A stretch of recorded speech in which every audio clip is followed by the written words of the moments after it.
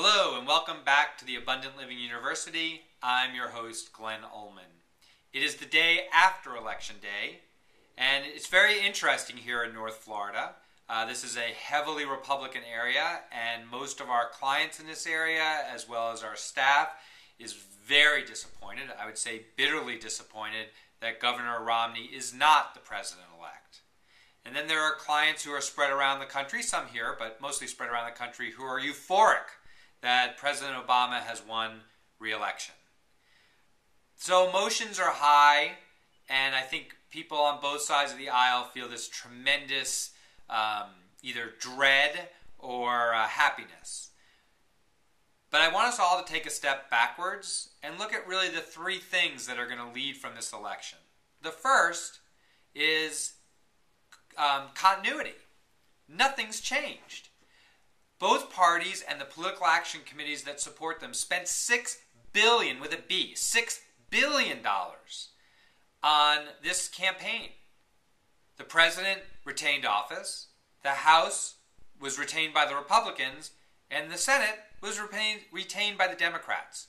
No change. If I spent $6 billion on something and didn't move the needle, I would be upset. I don't think either political party or the political action committees are going to spend the same amount in 2 years to get the same result. So they need to get something done. That's the first thing, continuity. The second is taxes. I mean, there are a lot of tax changes coming up, most of which don't affect most of the people listening to this video because of your unique circumstances. Affluent retirees who don't have a lot of income aren't affected by the extra Medicare tax. They're not affected by the raising of rates at the highest income level.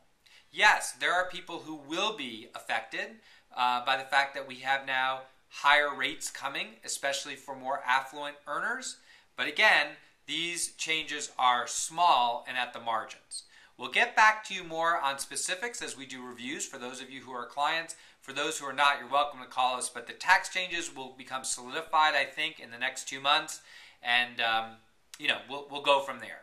I think what we can expect is a broad consensus to alter the tax code to both increase revenue and reduce spending, because that's what the electorate wants. Remember that there's not much difference in the electoral map between 2008 and 2012. The only difference is Indiana went Republican, as did North Carolina. The rest of the map's the same. So cohesiveness, changes coming to taxes, which will affect very few people. Though those that are affected, we need to plot strategy to mitigate as best we can. And the third is really just a look towards the future. And I think what we have to remember is that we are still the world's largest economy. We still are the world's largest manufacturer. We have tremendous competitive advantages, not just because of lowering energy costs in the United States due to natural gas, but really because the big global brands is what is going to carry the world in the next 10 years. If 800 million people move from poverty to the middle class, they're going to want to be entertained. Disney. They're going to want to travel. Boeing. They're going to want financial services. Our big banks. They're going to want to drink and eat. So Coca-Cola, PepsiCo, McDonald's. They're going to want to communicate.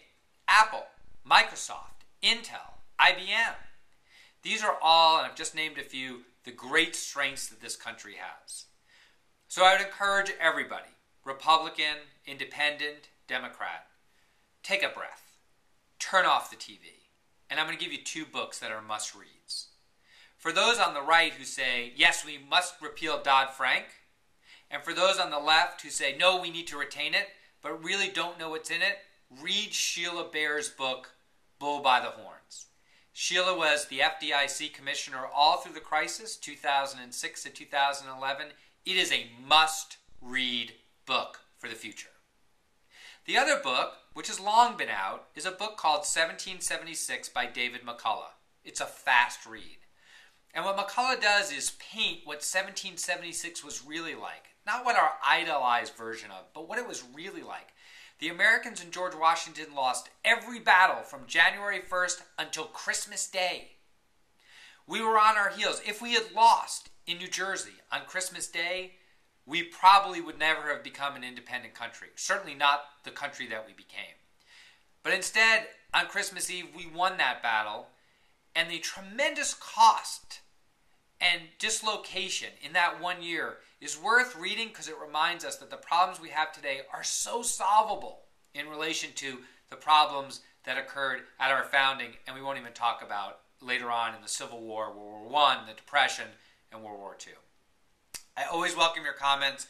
We'll be back as soon as we have a clearer view of tax changes. We'll certainly talk about that.